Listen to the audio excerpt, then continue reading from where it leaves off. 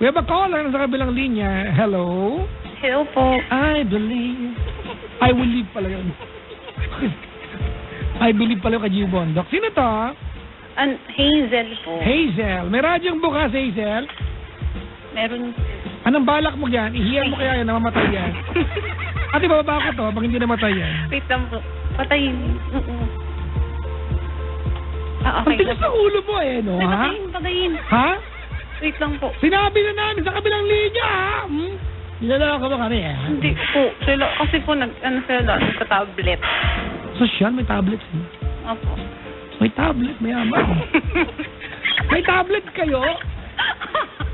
Meron din kayo chandelier? Kaya po. Wala. Hindi gaano mayaman. Yan yung mga, walang mga gamit sa buhay pero binibili. Chandelier. Anong gamit yan, eh? Diba? Opo. Sosyal lang. Screen door. Diba pa? Sayang sa pera, screen door. Ang screen door ay pintuan ng mga lamok. Tama? Ang screen door para sa mga lamok. Akalain mo lamok, may sariling pintuan. Parang tanga naman tong lamok na ito. Hindi naman kumakatok. Screen door kayo? Ha? May screen door kayo? Wala po. Tropilo meron kayo? Meron po. Mayaman din, may kaya. Kasi yung tropilo, wala rin gamit yan. Bakit? So pa rin naman niya, kaya ko ng tropilo. Pang-throw. Corny ka, ha? Ingat ka. Kunin ka ng gobyerno, sir. Ay, nako. Hazel, Po? 27 ka na? Apo. Taga Quezon City ka? Opo. Saan sa Quezon City? Sa Tandansora po. Tandang sa oras? Apo. Side ng Mercury Drug o side ng Jollibee tsaka McDo? Sa may... Apo? Ano po, Anong side? Side Sa- ng Luzon o side ng UP? Sa ano po, sa... Kasi po tabi po yung Jollibee po tsaka McDo. Ay, yung Katapad po yun. Oo nga. Hindi, side nga ng Mercury Drug o side ng McDo at Jollibee? Sa may ano po ako. Sa kabila po, sa may 7-Eleven. Hindi. Tama po sa may... Hindi po, doon po ako. Nalilito lang po ako. Doon po ako sa may McDo and Jollibee na side. Okay, doon ka. Pa New Era po. Malapit ka sa... doon sa bagong daan. Kung daan. May Puro luma na po yung doon. Hindi, yung daan dyan, nilang kailan lang ginawa yan. Okay po. Doon ka, paglagpas ng Calao Hills. Opo. Michelle. Wala. Anong wala? Bakala ka Michelle, di mo nakita. Saan pong side yun? Katapat na St. Peter, Tanawan sila, ano ka ba? Ay, ano po kasi kami, papasok pa po kami, hindi po kami dun sa... Papasok ka pa? Opo. Lumabas ka dyan, namakit mo. Gulam. Ate, yung telepono mo, gumagano. Ay, sorry po. Gumakulit. Okay na po? Okay na. Anong ginagawa sa buhay ni Hazel? Katrabaho po. Anong trabaho mo? Wala, yung telepono mo ganyan. Ayusin mo yun natin. Okay na po? I hate interruptions. Grabe. Yan. Nanginginig Anong ako. trabaho mo, Hazel? Personnel po. Anong personal na saan? Para masira. Kasi po, branch personnel. Ano na? Branch personnel po. Nang ano nga? Ay, hindi po pwede. Ay, ano po? Ano ba, illegal ba yan? Wala sabihin, mamatakhan kayo. Ano nga? Remittance company na lang po. Remittance. Opo. Oo. Sige, ba't ka napatawag? Magtanong lang po sa ano. Magtatanong lang din po sana. Ganun. Opo. So, umaasa kang sagutin ko yan. Hindi naman po. Na-game, sige. Ano lang po, maghingi lang po ng konting advice. Konti Ganun po. lang, kapag ginamihan mo yan, mamumulta ka dito. Hindi po. Sige na, magkwento ka na. Ayun, bali meron po kasi akong anak. May anak ka Then, na. Opo. Oo. Tapos po, ano po siya ngayon, 5 years old. And then, nung nakilala ko po yung father niya, hindi ko po alam na meron na po palang pamilya. Ano po yun? Hindi naman tayo, nagpahubad ka ng panting, hindi kilala yung naghubad ng panty mo. Di po. Kasi po nung nagka-chat lang po kami. Yan! Welcome to the online kalandian. Sos talaga. Sige, tapos. So, nung nagka-chat po kasi kami, since nasa province po ako, hindi ko po alam na meron na po siyang pamilya. Oh. Hindi po, asawa lang po pala. Oh. Tapos nung nag-meet po kami, magka-chat kami, sabi po niya kami na, ganyan-ganyan. So nung nag-meet kami, syempre alam ko po na kami na. Ah, ganun yun? Kasi po Oo, ang sarap kumaibol lately, ha? Hindi po kasi Pag nag-meet kayo na, ano po kasi, yung sabi po niya kasi, kanina nag-meet kami ng best friend ko, lalaki, naging kami din. Ganun talaga yun. So, ayun po. So, nung nag-meet na po kami, since matagal na po kami magka-chat and magka-text, nung nag-meet kami, Sa chat, sa text ba kayo, naging kayo, hindi?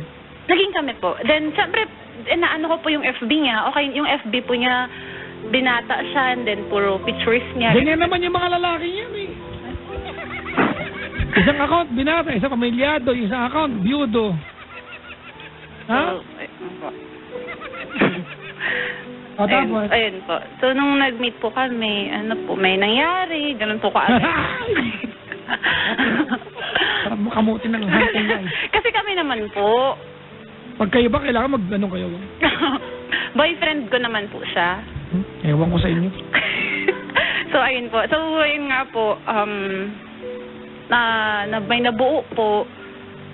Tapos, nung sinabi ko na po sa kanya, mga ilang months na po yung nakakalipas, sinabi ko po sa kanya na buntis po ako. Ha? Matagal na po yun. Yung pizza ko nga, nag-meet sila ng ka-eyeball niya, may nabuo din. Alam mo kung ano? Ano po? Igyawat lang naman. Grabe. Kasi nga, madumi yung pinag-meet nila lugar. Ikaw ang nabuo, anak. Opo. Kasi naman eh. O tapos? Tapos po, nung sinabi ko po sa kanya na, na buntis po ako, Oo. sinabi po niya, sure daw po ba siya na sa kanya yun? Ay, bigla nagkaduda, no? Opo. Then, ang tagal po niya hindi nagparamdam. Siguro mga ilang months, ganun po. Then, nung nagpunta po sila sa bahay, Pangit yung ganon, te, no? Pangit, no? alin po? Yung ganon, di ba? Yung bigla-bigla na lang, ano, di ba? Opo. Oo, tama, no? Opo. Oo. Pangit yan, no? Opo. Yung after yung mangyari, bigla na lang wala, no? Opo. Ganon talaga, eh. O, tuloy mo na. Then, nagpunta po sila sa bahay. Sabi po niya sa akin na pupunta po sila sa amin. So, in-expect ko po na mamamanhikan.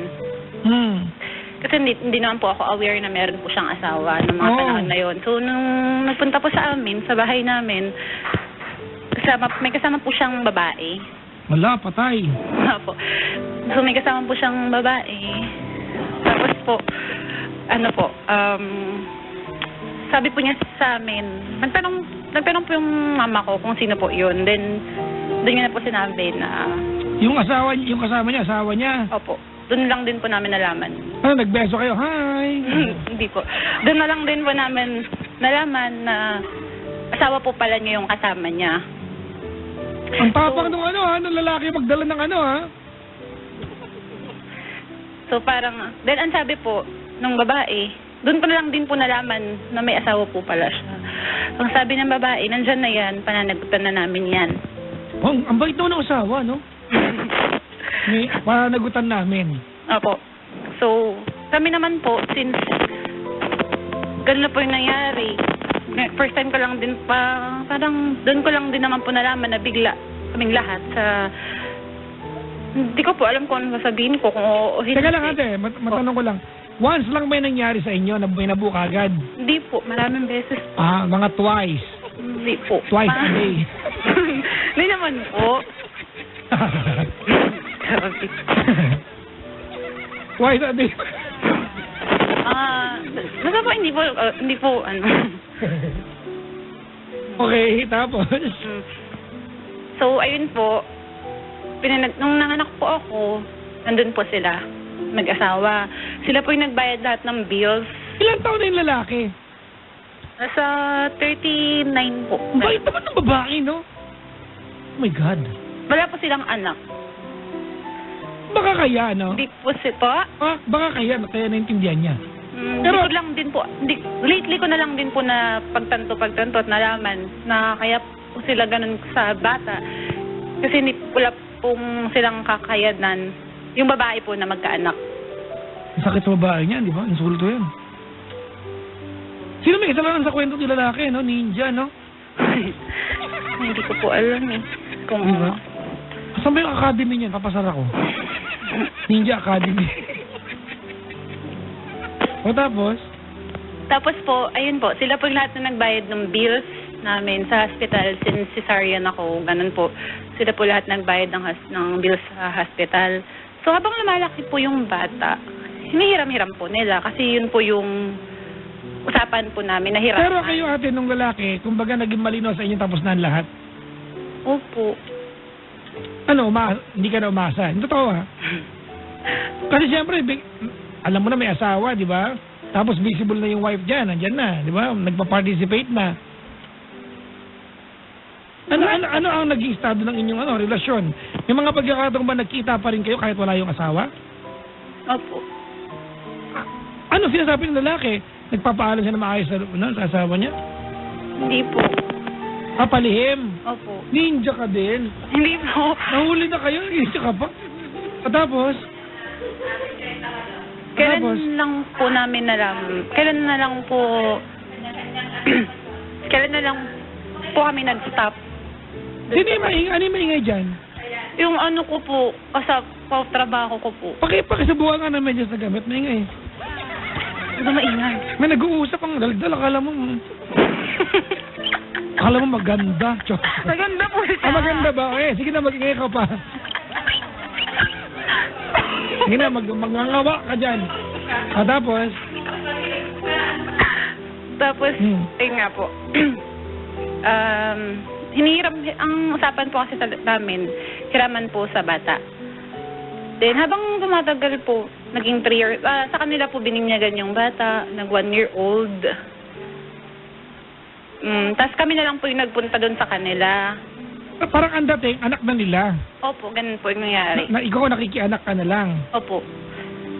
So, sa amin po, masaya pa po kami kasi parang ang mahal magpabinyag, ganyan, sa Manila pa, ganun po. Pero yung sa mga ninang, wala po kami nakuha sa part ng family namin kasi lahat sa kanila. Parang, text na lang po nila kami. Ano sabi ng family mo ate nung nangyayari po? Parang magulo, no? Opo. Nung nalaman po nila yun, syempre pinagsasampal po, galit na galit kasi kumatol sa may asawa. Pinagsasampal ka? Opo. Ganyan yung pinsan ko pero hindi siya sinampal, kinalbo siya kasi inahit yung kilay niya. Nagmukha siyang hampi-dampi. Ayun po. Ang pangit. Tapos, nun po, hiraman po sa bata. So, bininyagan po, nag 1 year old, nag 2 years old, hanggang nag 3 years old. Lagi po sa kanila po na ginaganap yung birthday. So, ito na lang po, kailan lang po. Pero yung bata nakatira sa'yo? Parang sa kanila rin po, ako po yung nanghihiram. Ako po yung nanghihiram sa kanila. Okay, tell me yung setup na ba yan ate, ginusto mo rin at some point, ginusto mo rin kasi advantages din sa'yo, di ba? Kasi, oo. Okay, tatay naman niya. Kaya lang, naguluhan lang ang setup Alam mo, hinahangaan ko yung asawa dito, no? Yung wife. Bait ng asawa, no? Tapos niloloko nyo pa rin, nahuli kayo, nagkikita pa rin kayo ng patago? Hindi naman na po. Ano hindi? Sabi mo lang eh. Tinigilan naman na po, matagal na po yun. Bago po mag 2 years old. Pero nagkikita pa, di ba dapat nga nakonsensya na kayo eh. Nahuli na kayo eh. Yung babae parang, ewan ko, gulo nyo. Tapos? So, ayun po. Totally sa kanila na po yung bata. Kami na po yung nangihiram sa kanila. Na parang, nung graduation niya po, nung 4 years old, ganun. Kami po yung pupunta dapat. Pupunta po kami, hindi po kami pinapasok sa school kasi ando na daw po yung parents and yung... Naku, sakit yan! Ando na daw po yung parents and grandparents. Sabi po ng mama ko... Ikaw yung nanay? Hindi po. Sabi po ng mama ko na ako po yung lola. Ikaw daw? Hindi po ako. Yung mama ko po yung lola. Ako po yung lola, sabi po doon sa guard. So, chinek po nung guard. May lola na rin? Opo, nandun na po yung lola. Nandun na rin po yung nanay. Ang galing na may extrang lola, no? Naka-signature na po. So, di po kami nakapunta po doon. Hindi, alam ba nilang darating ka? Alam ng lalaki? Siguro po alam po nila kasi nag-text po sila sa amin na ngayon po yung, bukas po yung graduation. Ano yung bata nasa kanila. Tomorrow, graduation ni ganito. So alam po namin kung saan yung school. Pero nagsabi kayong darating kayo. Hindi po. Yun. So hindi naman siguro sinadya, we can say that, no? Opo, kasi kung sasadyain po nila yun, hindi po sila magsasabi sa amin. Oo, di ba? Oo. In good faith naman, ha? Opo. So, pagpunta po namin doon sa school, since medyo exclusive po siya. Pang mayaman. Medyo po. Exclusive, eh. Opo. Di ba? Pag nakarinig ka na exclusive, mayaman ang mga nandyan. Di ba? Oh. Tapos, hindi po kami pinapasok. okay. Mga guard. So, Pero after na, nagkita naman siguro kayo. opo, nakita pa po. Hiniram po namin yung bata. Pinahiram naman. After po ng graduation, nagpunta po kami. Diretso po kami sa bahay. Hindi po nila ibinigay kasi po mag-out of town daw po sila. Punta po sila ng... Kumbaga nakaplano na. Opo. Okay. So, pagbalik na lang daw po. So, lagi pong ganun. So, naramdaman na po namin na parang pinagdadamot na po sa amin yung bata. Ako, I don't see na pinagdadamot. I don't think pinagdadamot. I don't think yung the right term is pinagdadamot. I think they just have so many plans for the kid, which is good for the kid, but at the same time, painful sa iyo bilang nanay. Na, I don't think pinagdadamot. Kasi ginusto mo yung setup eh.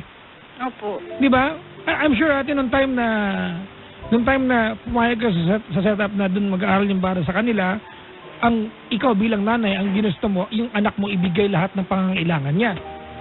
Maging masaya yung bata, ma-enjoy niya yung pagiging bata niya, tama? Opo. And so far sa kwento mo, ganun naman yung nangyayari, right? Opo. Alright, anyways, go ahead. So, ayun po. So, lagi pong ganun. Tuwing hiramin po ng nanay ko, hiramin po namin. Lagi po silang may alibay. So, ito na po, nung this year na lang po, kinuha na po namin ng tuluyan. Kasi po, in-enroll ko po siya sa summer. Sinummer ko po siya. Naging okay na po ako sa trabaho ko. Na regular na po ako. Sabi ko po, na hati na lang po kami sa gastos. Makikihati na po ako sa gastos. Then, sabi po nila, wag na kasi kaya naman daw po nila. Sa akin naman po, since okay na po yung trabaho ko, gusto ko na po sanang makihati. Since summer na po, sabi ko po na ako na lang po muna yung magbabayad. Isa-summer ko po yung bata. So, naka-enroll na po ako, nakapagbayad na po ako ng almost 4,000. Siyempre po, yung 4,000 po yun. Malaki po yun para sa akin. Kasi magkano lang din naman po yung sinasahod ko compare po sa pera nila. Ang sinaswaldo mo ay 4,000 din. Hindi naman. So, wala namang bayad ng kuryente. yung para po sa akin. Hoy, ang ingay mo! Uy, wag ka daw maingay. Para naman sila ulo may nagdadrama sa radyo eh. May nag-uusap ang ingay ka sa buwan at may just na ginamit eh. Matapos? So, wait lang po, lalayo na lang po ako. Para po hindi po siya connect. Nung enroll ko na po sa summer, pumunta po sila sa bahay para hiramin po siya ulit. Then sabi ko po, hindi ko na po muna siya mapapahiram kasi ilang weeks lang po yung summer, 3 weeks lang po, 2 weeks, mga ganun lang po siya. Then minasama na po nila. Hello po. Dito ako lang antabay. Opo, yun po. Minasama na po nila yung pagtanggi po namin doon po sa summer, sa pagpapahiram ko po sa kanila. Then sabi po nila, magkita-kita na lang po kami sa korte. O sama ako, kailan ang meeting tayo? Anong oras? Hindi po. Okay, so yung bata nasa iyo ngayon? Nasa akin po siya ngayon. Alright, kasi kinuha mo siya. Opo. Nag-aaral ng summer. Opo. Ay, in-enroll mo na, regular school na. Opo. Okay. So magkakademandahan na? Nagkakademandahan po. So dinimanda ka na? Opo. Tapos po, ayun po, hindi ko po alam kung bakit po nila ako dinimanda po. Tapos... Hindi kasi hindi mo alam ba't ka dinimanda. I don't think ate tamang dinimanda ka. Pero naiintindihan ko nagalit sila sa'yo. Dahil po hindi ko pinahiram nung summer. Hindi, ganito, ano. I mean, hindi ako lawyer, ha? Opo. Okay. But naiintindihan ko na nanay ka dito, right? And I think you have the right for the custody of your, babae, lalaki to? Babae po. Of your daughter. Tama? Opo. But let's not forget that during the time na hindi mo siya kayang arugain, you willingly, kumbaga, handed over to them the responsibility. Tama?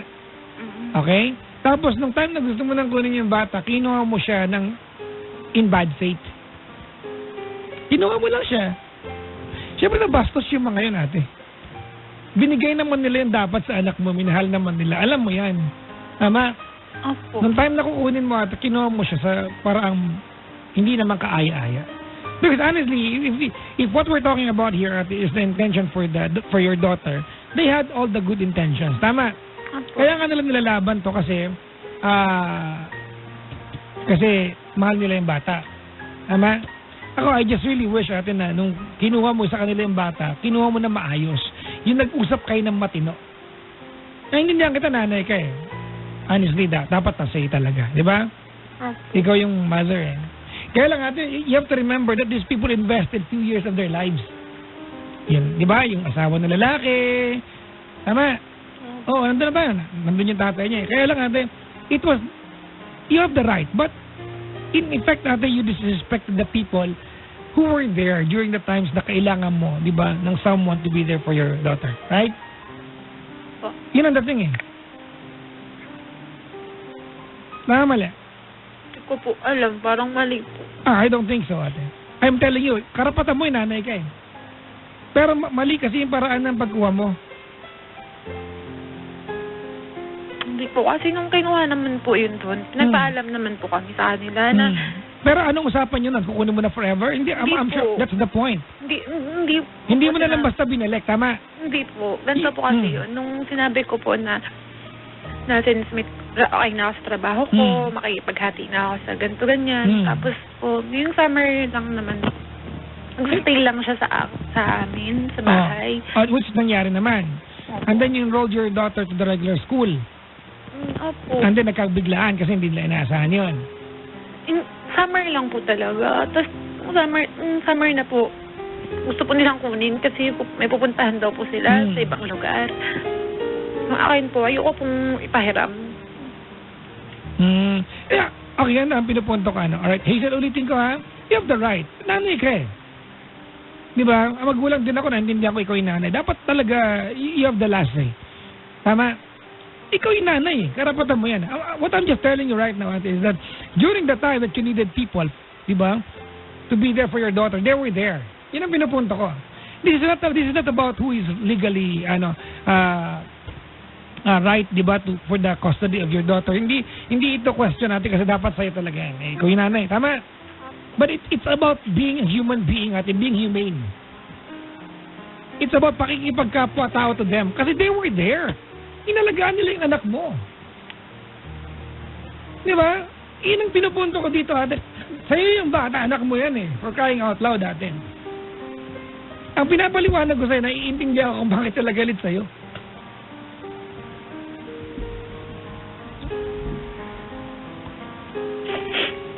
Naiintindihan ko sila kung bakit. Hindi ko alam kung tamang dinidemanda kanila. Pero nagigets ko kung bakit sila galit.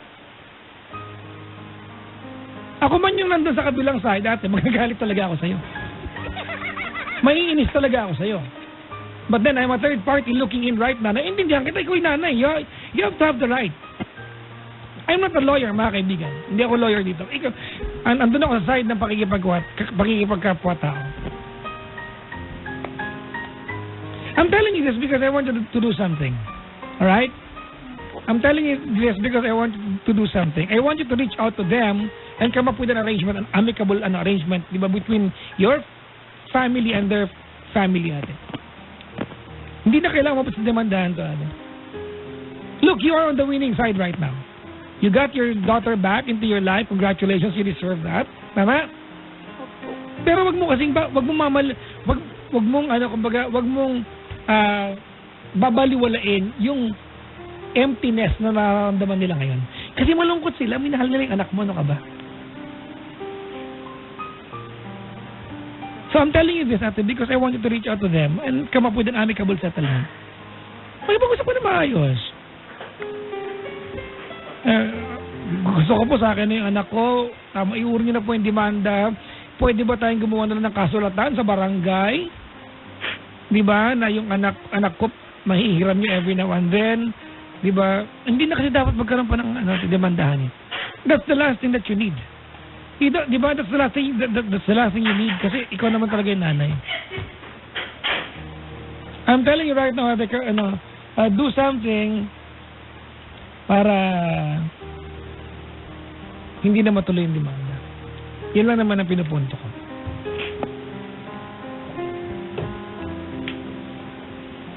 Alam po kasi pinapakuha po kasi nila ako ng mga katunayan na anak ko po yun. Meron po kasi silang birth certificate na sila po yung parents.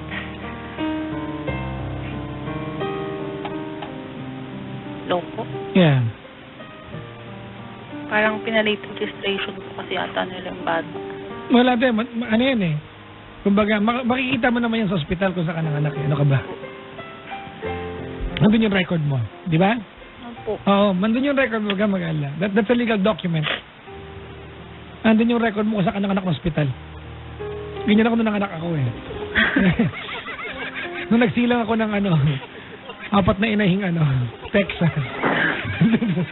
Nandun yung record ko. That's what I'm saying, ate. Ako, ang payo ko sa'yo is that wag mo nang hayaan pa na umabot sa punto magdemandahan. Come up with an amicable settlement. Diba? Kasi kung kayong ikaw at yung family doon mag-aaway-away, ang pinakatalo dito yung bata. Wala kang pakialam sa inyong mga adult. Yung bata ang iniintindi ko. Yung bata yung kawawa. Right? Mag-reach out ka natin. Nung na kailangan, hindi nyo ka na magmatapang-tapang pa. Uulitin ko, ate, how you did things ay mali. Kaya sila nagalit. Po? How you did things. Kung paano nag-unfold nung pangyayari, ay mali. Ikaw yung mali dito, ate. Doon, kung paano ba, mali ba o naiintindihan ko bakit sila nagalit sa'yo? Naiintindihan ko. Because honestly, they were there for your daughter when you need them to be there. You have the right, di ba? You're right, di ba? Your daughter is rightfully, di ba, should be rightfully under your custody. But they were there for your daughter. Yun ang pinapunto ko dito, ate.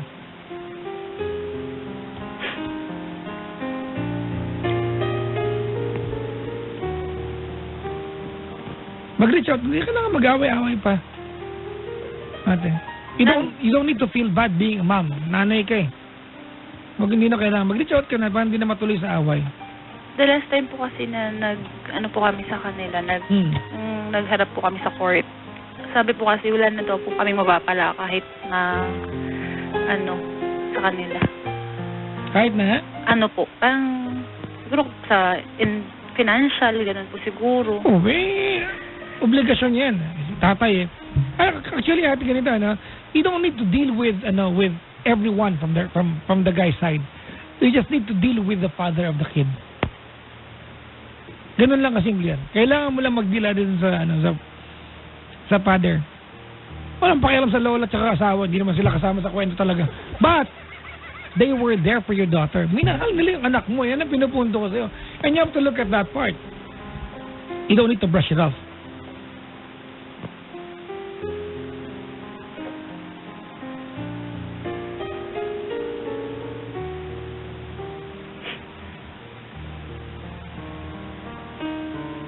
Nagigets ba yung punto ko? Opo. Mag-reach out ka na. Hindi na kailangan matuloy pa sa demandahan yan. Hindi. Tumatawag naman po kami sa kanila. Pumunta ka. Lagi po kasing wala dun nung dati pa po. Pumunta ka. Hindi ka na. Dadalhin ko po yung bata. Hindi na. Ikaw na lang muna. Kung nagkasagutan, hindi na kailangan masaksayan pa ng bata. Yun ang that's what I'm trying to arrest. Yung mag-away-away pa kayo. May-ending yung bata yung kawawa.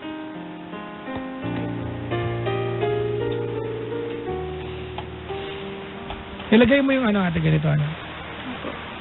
Ilagay mo sarili mo sa kanila. Alright, ulitin ko ate ha. Ikaw ang nanay. Sa'yo lahat ng karapatan. Pero ilagay mo sarili mo sa kanila. Ano mararamdaman mo? Masama loob mo, hindi. That's the point. I'm not saying tama sila. I'm just telling you, ate, naiintindihan ko sila. Pero hindi na kailangan magtalo-talo. Reach out ka sa kanila. Diba? Ito, magsilbi sana itong mga kaibigan, ha? Magsilbi sana itong leksyon sa mga malanding naghahanap ng boyfriend online. Diba? Puro kasi kakatihan, eh, Diyos ko. Magjojowa ulit, pa nagkita, pak! Yung tarat-tarat. Oh. Nung tokwa kasi, oo. Diba? Di ko ba maintindihan, diba? Bakit ba nandiyan ba sa mga likod ng panty nyo ang puso nyo? Ba't kailangan nyo ubad dyan para malaman kung mahal kayo? Diba? Well, anyway, it's all been said and done. Tapos na ang lahat natin. I just really wish natin na dumating na yung panahon that you don't have to feel bad being a mother to your kid. Mag-reach out ka na. Para sa ano. Alright? Takot lang po kasi ako ibaba. Ate, ibaba mo na yung pride mo. I'm telling you this, ate, because I want you to at least appreciate what they've done for your daughter. They were not bad people to your daughter. That's what you need to do. That's what you need to see. They have no ill intention sa anak mo. Nagalit sila sa'yo kasi ate, di ba, may arrangement kayo ever since the world began eh. Siyempre, di ba, parang, naintindihan naman kita, nanay ka, by all means, kukunin mo yung anak mo, nagalit sila, dapat naintindihan mo rin sila. Tama? Hoy! Apo.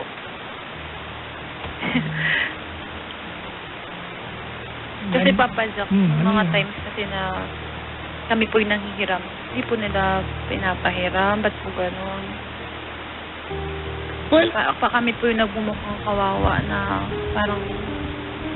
ganito paliwanag ko sa'yo, ha? Alright? You have to understand natin na ikaw at saka yung lalaki doon, pareho magulang. Okay? Tama? Opo.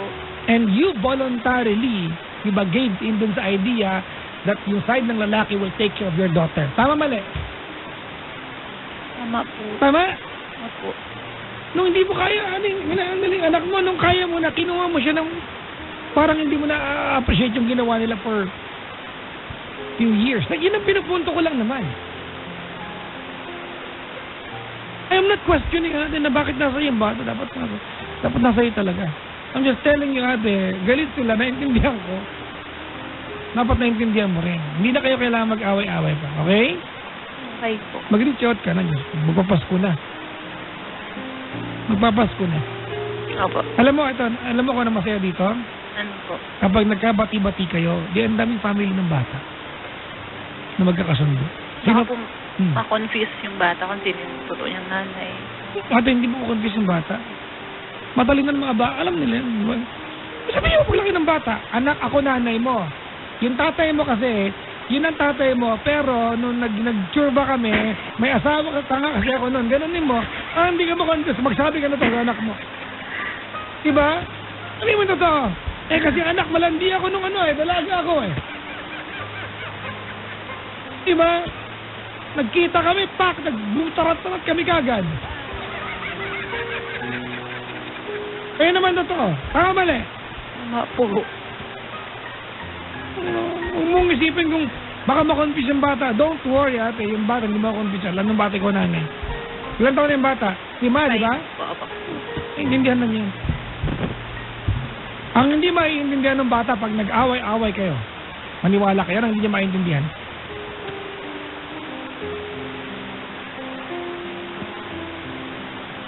Alright?